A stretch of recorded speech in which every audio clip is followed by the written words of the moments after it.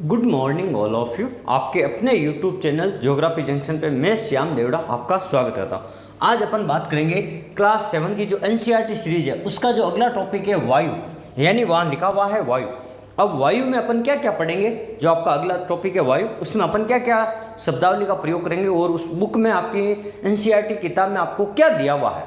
तो देखो, कुछ शब्दावली ऐसी लिखी गई है जो आपको वहाँ से सीधे क्या सीधा प्रश्न पूछ सकते हैं। जैसे वहाँ लिखा हुआ है ग्रीन हाउस गैस, वहाँ लिखा हुआ है ग्लोबल वार्मिंग, वहाँ पे लिखा हुआ है वायुमंडल का संगठन। अपन इस अध्याय में पढ़ेंगे।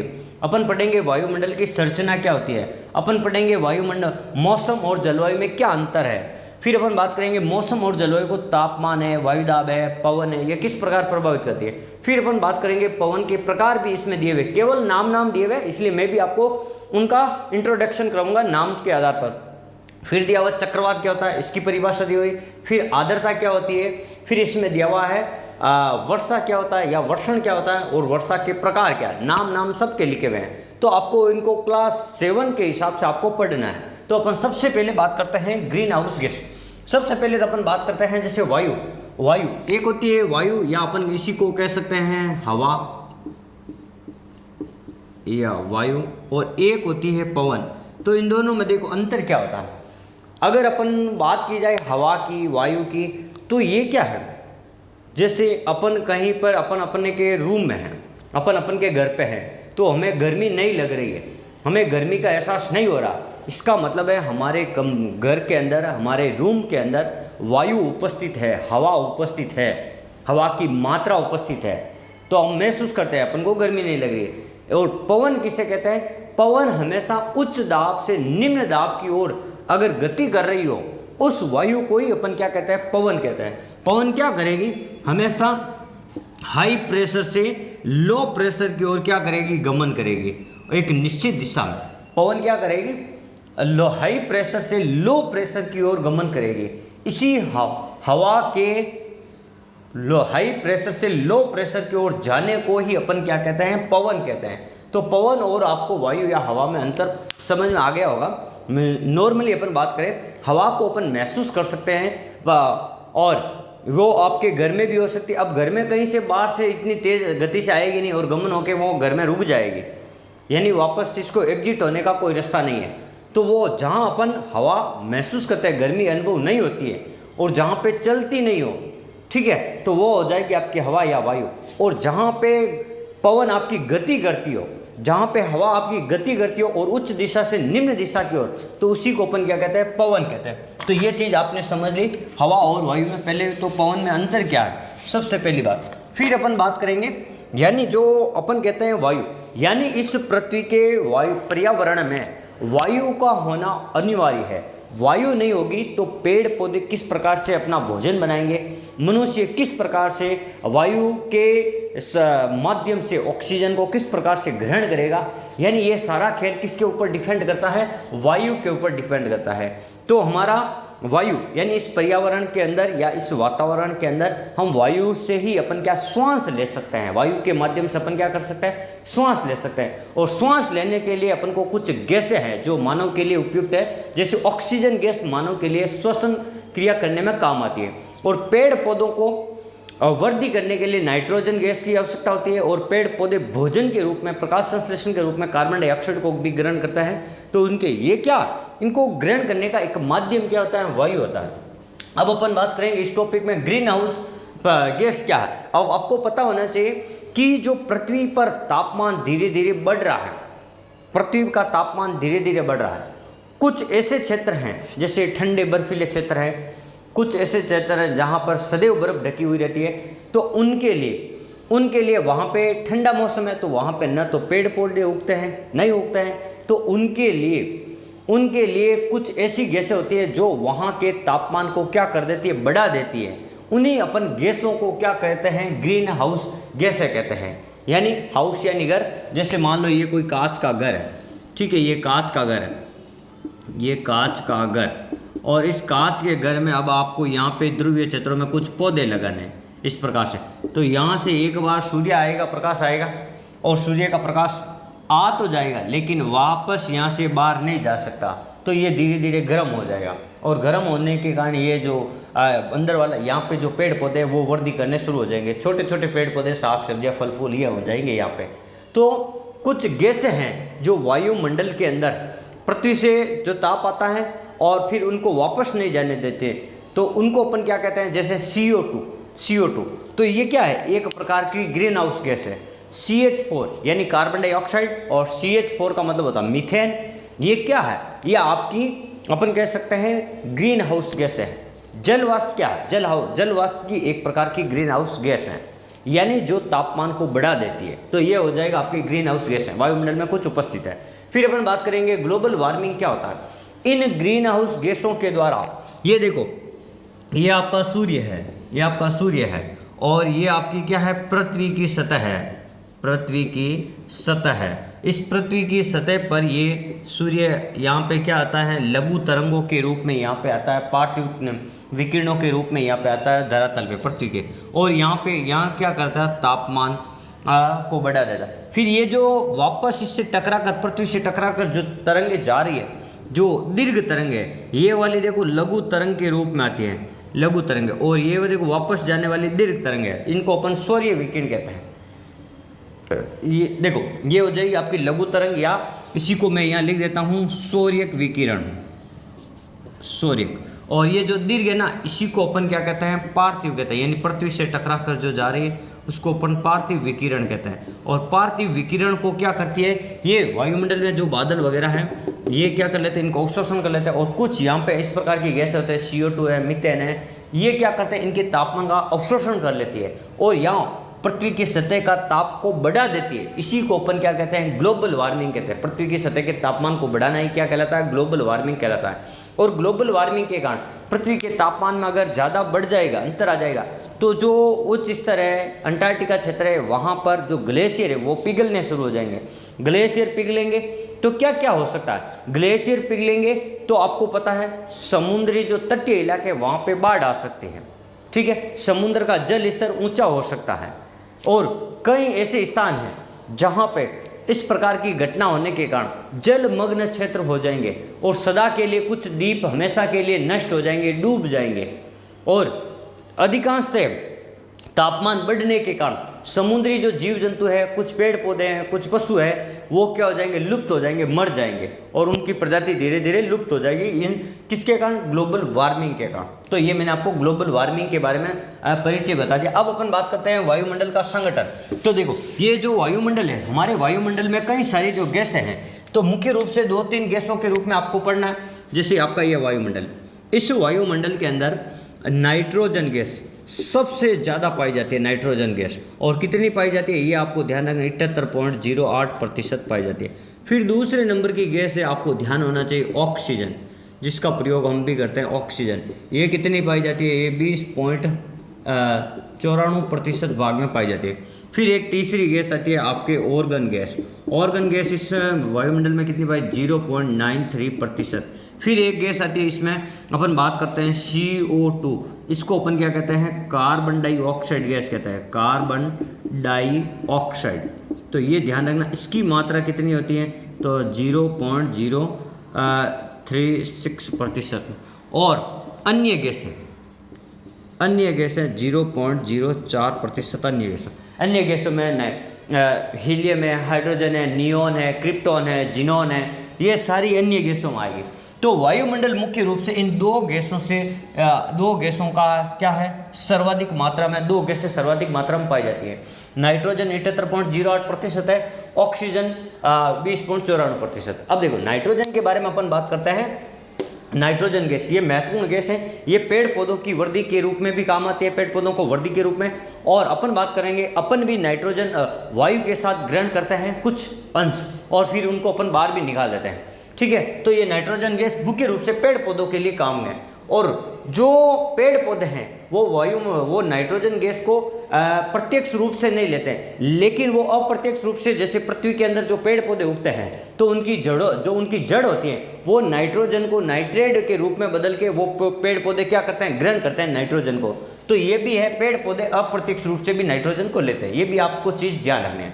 और नाइट्रोजन गैस वायुमंडल में अगर नहीं होगी तो अपन आग लगाना, ये जो है आग बुझाना, इनके ऊपर अपन क्या कह सकते हैं, नियंत्रण नहीं रख सकते, आग बुझाने के ऊपर नियंत्रण नहीं। वायुमंडल में अगर नाइट्रोजन की मात्रा है तभी अपन आग को बुझा सकते हैं, तो ये भी आपको ध्यान रखना। फिर अपन बात करेंगे ऑक्सीजन। ऑक्सीजन 2 नंबर की गैस आती है और इसका सबसे ज़्यादा उपयोग अपन क्या कह सकते हैं, मानव के द्वारा श्वसन क्रिया के रूप में लिया जाता है। और मानव जो कार्बन डाइऑक्साइड गैस छोड़ता है उसके रूप में वो पेड़ पौधे ग्रहण करते हैं, ठीक है। ऑर्गन गैस भी है और कार्बन डाइऑक्साइड गैस सबसे ज़्यादा प्रभावी अगर है वायुमंडल में तो कार्बन डाइऑक्साइड की मात्रा।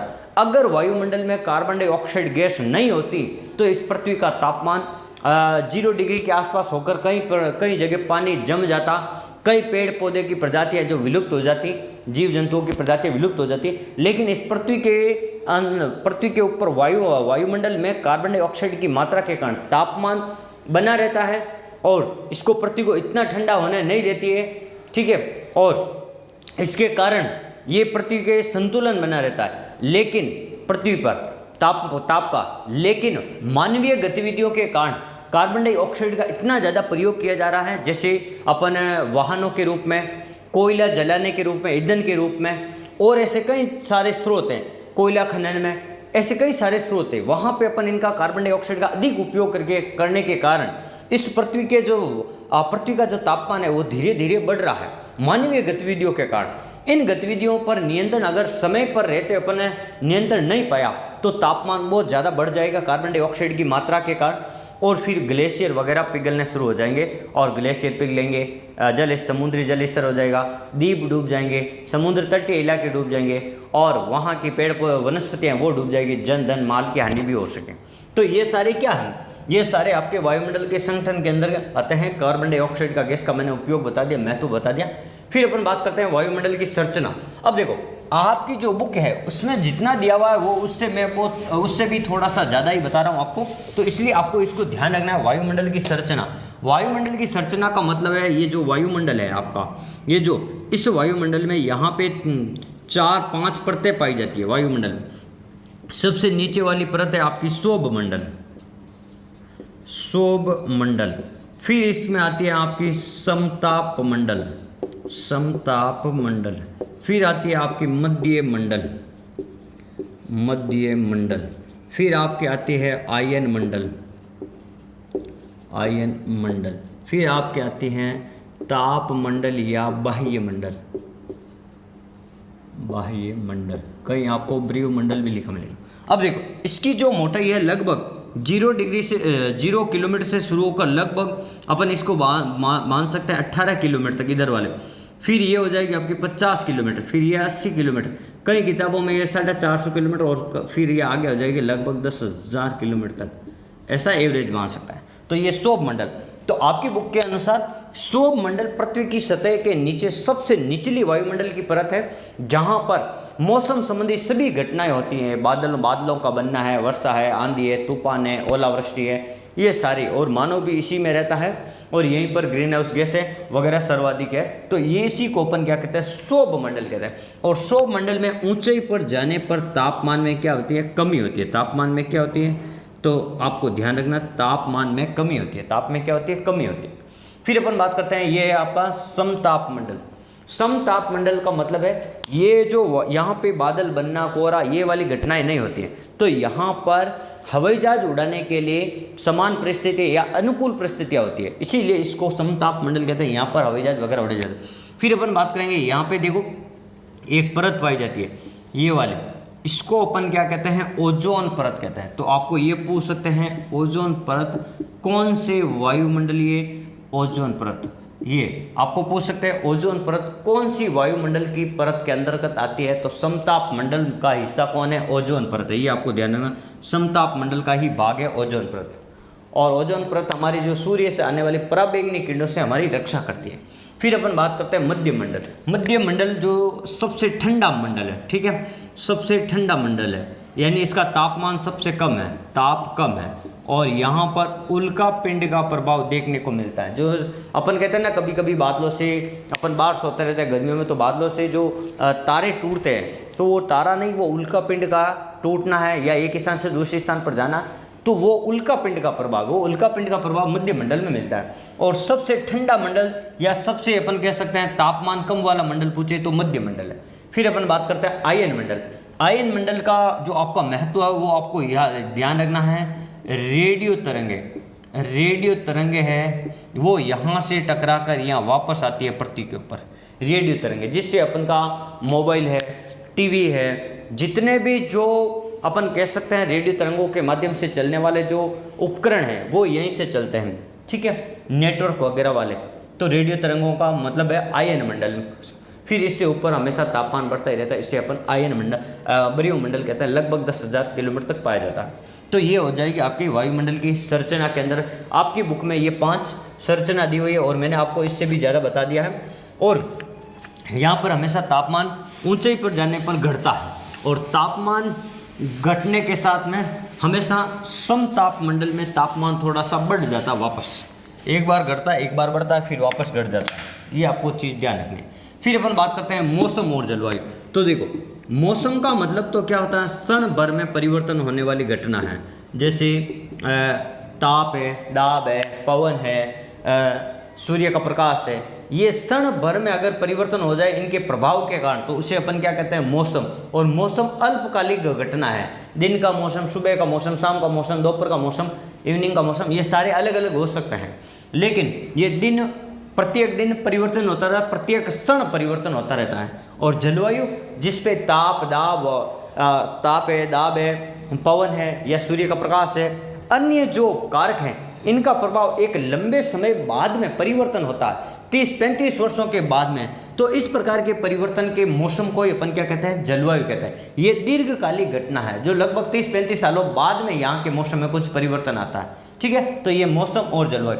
अब तापमान कैसे प्रभावित करता है मौसम को, यानी सूर्य की किरणें ज़्यादा पड़ेगी जहाँ पे सीधा है तो वहाँ पे तापमान ज़्यादा होगा, जहाँ पे सूर्य की किरणें तिरछी पड़ेगी तो वहाँ का मौसम अलग होगा, ठंडा मौसम होगा। वायुदाब कैसे प्रभावित करता है, जहाँ पे ताप अधिक है तो वहाँ पे दाब कम होगा, और जहाँ कम दाब होगा तो वहाँ का मौसम है जो बादल बनेंगे, वर्षा होगी, यानी निम्न दाब का केंद्र। और जहाँ पे ताप अधिक है तो वहाँ पे वायु जहाँ पे तापमान कम है तो वहाँ वायुदाब उच्च होगा, और वायुदाब उच्च होगा तो वहाँ पे मौसम साफ होगा, वहाँ बारिश नहीं होगी, वहाँ पे प्रति चक्रवातीय दशाएं होंगी। फिर अपन बात करेंगे पवन के बारे में। अब पवन मैंने सीधी परिभाषा तो बता दी, मैंने कहा वो वायु जो उच्च दाब से निम्न दाब की ओर एक निश्चित दिशा में गमन करती हो उसे अपन क्या कहते हैं, पवन कहते हैं। अब पवन मुख्य रूप से 3 प्रकार की होती है, ये भी आपको ध्यान रखना। यहाँ आपकी बताई गई है, केवल नाम बता रहा हूँ। एक पवन होती है आपकी स्थायी पवन, एक होती है मौसमी पवन, एक होती है स्थानीय पवन। तो देखो स्थायी पवन यानी वर्ष भर एक निश्चित दिशा में चलने वाली पवन होती है, उसे अपन स्थायी पवन कहते हैं। और जिनका मार्ग भी एकदम फिक्स होता है। जैसे अपन ये बात करते हैं, ये वाला, ये 0 डिग्री है, ये 30 डिग्री है, ये 60 डिग्री है और ये 90 डिग्री है, ठीक है। तो यहाँ पर जो ये व्यापारिक पवनें चलती है इस दिशा में, ये एक निश्चित दिशा में पूरे ग्लोब पर, पूरे विश्व स्तर पर 0 से 30 डिग्री पर ये चलती है। और यहाँ पे 30 से 60 पे ये पछुआ पवनें चलती है। तो ये एक निश्चित क्षेत्र हो गया। फिर यहाँ पे देखो ध्रुवीय पवन चलती है, यहाँ पे 90 से 60। तो ये 3 प्रकार की होती है, एक तो व्यापारिक होती है, एक होती है पछुआ पवन और एक होती है ध्रुवीय पवन। तो ये आपको चीज़ ध्यान रखनी है कि पवन, स्थायी पवन 3 प्रकार की होती है, व्यापारिक पवन होती है, पछुआ पवन होती है, ध्रुवीय पवन। इन वीडियो को पछुआ पवन है, ध्रुवीय पवन है, व्यापारिक पवन, ये आगे आने वाली क्लासों में इनका विस्तृत डिटेल से दिया हुआ है। वहाँ अपन उस विस्तृत अध्याय में अपन उस वीडियो में अपन इनका विश्लेषण करेंगे और संपूर्ण जानकारी इनकी प्राप्त करेंगे, इनका क्या महत्व, इनकी क्या विशेषता। फिर अपन बात करते हैं मौसमी पवन, यानी मौसम के अनुसार चेंज होने वाले। जैसे भारतीय जो मानसून है वो आपका 6 महीने इधर और 6 महीने इधर, यानी 6 महीने दक्षिण पश्चिम मानसून है और 6 महीने आपका उत्तर पूर्वी मानसून है। फिर अपन बात कर रहे हैं स्थानीय पवन, किसी स्थान विशेष से परिवर्तित होती है। जैसे एक होता है स्थलीय समीर, एक होता है समुद्री समीर। तो ये क्या है, ये स्थान विशेष से परिवर्तित होती है। जैसे अपन बात कर दिया लू, ये क्या है, स्थान विशेष, यानी किसी स्थान, यानी राजस्थान में चलती है गर्म हवा गर्मियों में, उसे अपन लू कहते हैं। तो स्थान विशेष पर चलने वाली पवनों को स्थानीय पवन कहते हैं। मौसम के कारण परिवर्तन होने वाली पवनों को मौसमी पवन कहते हैं। और स्थायी रूप से पूरे विश्व स्तर पर लंबे समय तक चलने वाली पवनों को अपन क्या कहते हैं, स्थायी पवन कहते हैं। तो ये हो गया आपका पवन। फिर अपन बात करेंगे, यहाँ चक्रवात की परिभाषा दी हुई है। तो चक्रवात क्या होता है, और चक्रवात के रूप में अपन दोनों बात कर लेते हैं। देखो यानी चक्रवात की स्थितियाँ कहाँ पैदा होगी, जहाँ चक्रवात के लिए कम से कम तापमान आपका अपन बात करेंगे लगभग 27 डिग्री के आसपास तापमान होना चाहिए। जहाँ पे उष्ण क्षेत्र है वहाँ का तापमान लगभग 27 डिग्री होना चाहिए, तब वहाँ पे चक्रवातीय दशाएं उत्पन्न होगी।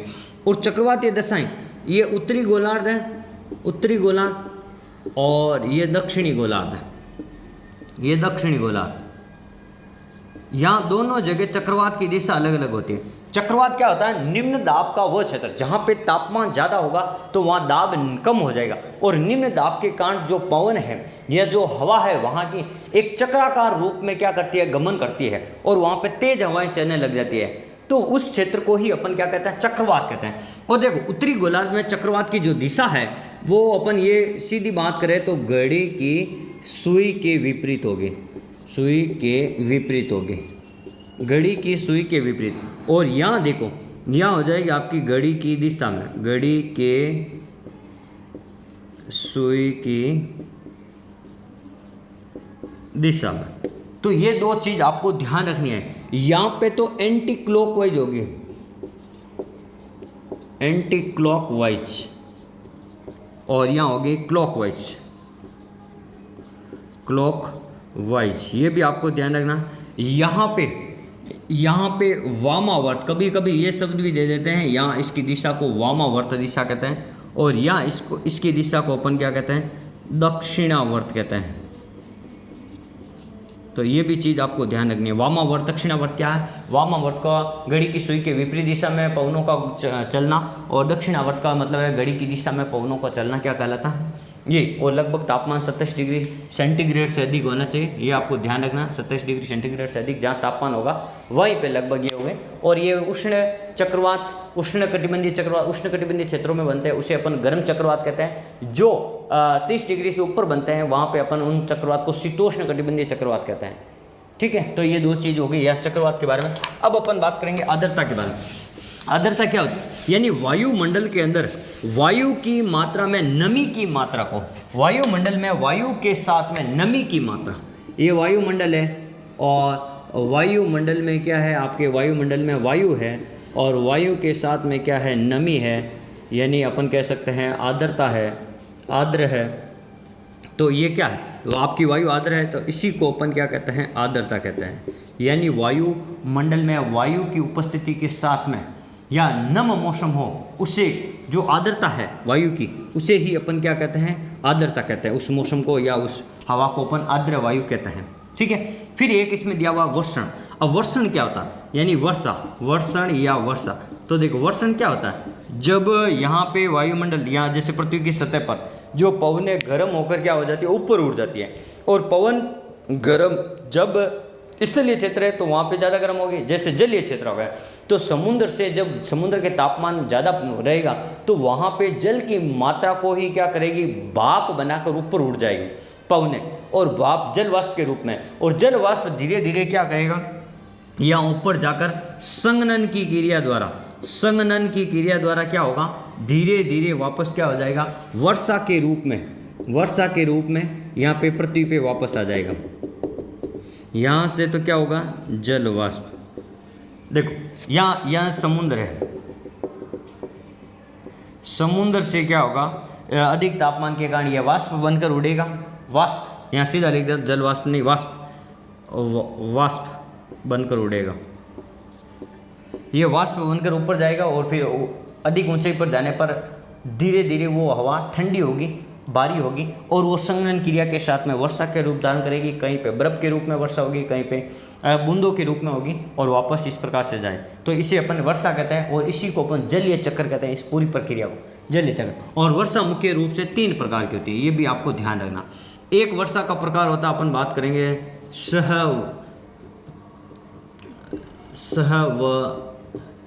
सहवन्य वर्षा। सहवन्य वर्षा एक होती है आपकी चक्रवातीय वर्षा, और एक होती है आपकी पर्वतीय वर्षा। और विश्व में और भारत में पर्वतीय वर्षा ज़्यादा, यानी कुछ जो पवनें होती हैं, आर्द्र पवनें जो पर्वतीय क्षेत्रों से टकराती है, पर्वतीय क्षेत्रों से टकराती है। ये मान लो कोई पर्वत है, यहाँ से टकराती है, तो इसके कारण ये इस क्षेत्र में जो बारिश होती है उसे अपन पर्वतीय वर्षा कहते हैं। और कुछ समुद्र से उड़ती है पवनें और चक्रवात के रूप में घूमती घूमती यहाँ बारिश कर देती है, तो उसे चक्रवाती वर्षा कहते हैं। और कुछ पवनें स्थलीय भाग से गर्म होकर ऊपर उड़ती है और संघनन की प्रक्रिया द्वारा धीरे धीरे वर्षा के रूप में धारण कर लेती है। उस प्रकार की वर्षा को सहवनीय वर्षा कहते हैं। और सहवनीय वर्षा भूमध्य रेखा के क्षेत्रों पर होती है, सर्वाधिक होती है 2 से 4 बजे प्रतिदिन होती है। और यहाँ पर ज़्यादा बारिश होने के यहाँ पर सदाबहार वनस्पति पाई जाती है। भूमध्य क्षेत्रों में सदाबहार हरे भरे पेड़ पौधे रहते हैं और 200-300 से सेंटीमीटर 250 से लेकर भी अधिक बारिश होती है यहाँ पर।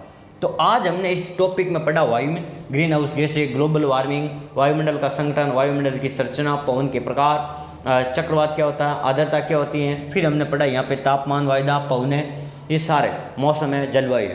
तो आप हमारे चैनल को इसी प्रकार देखते रहें वीडियो को, ताकि आपको NCERT सीरीज के सारे वीडियो है वो धीरे धीरे आपको समझ में आने लगे किताब में क्या लिखा हुआ है। और आप धीरे धीरे हमारे चैनल को सब्सक्राइब करें, अपने दोस्तों के साथ शेयर करें। आप हंसते रहें, मुस्कुराते रहें और हमेशा अपनी पढ़ाई को निरंतर जारी रखें। धन्यवाद।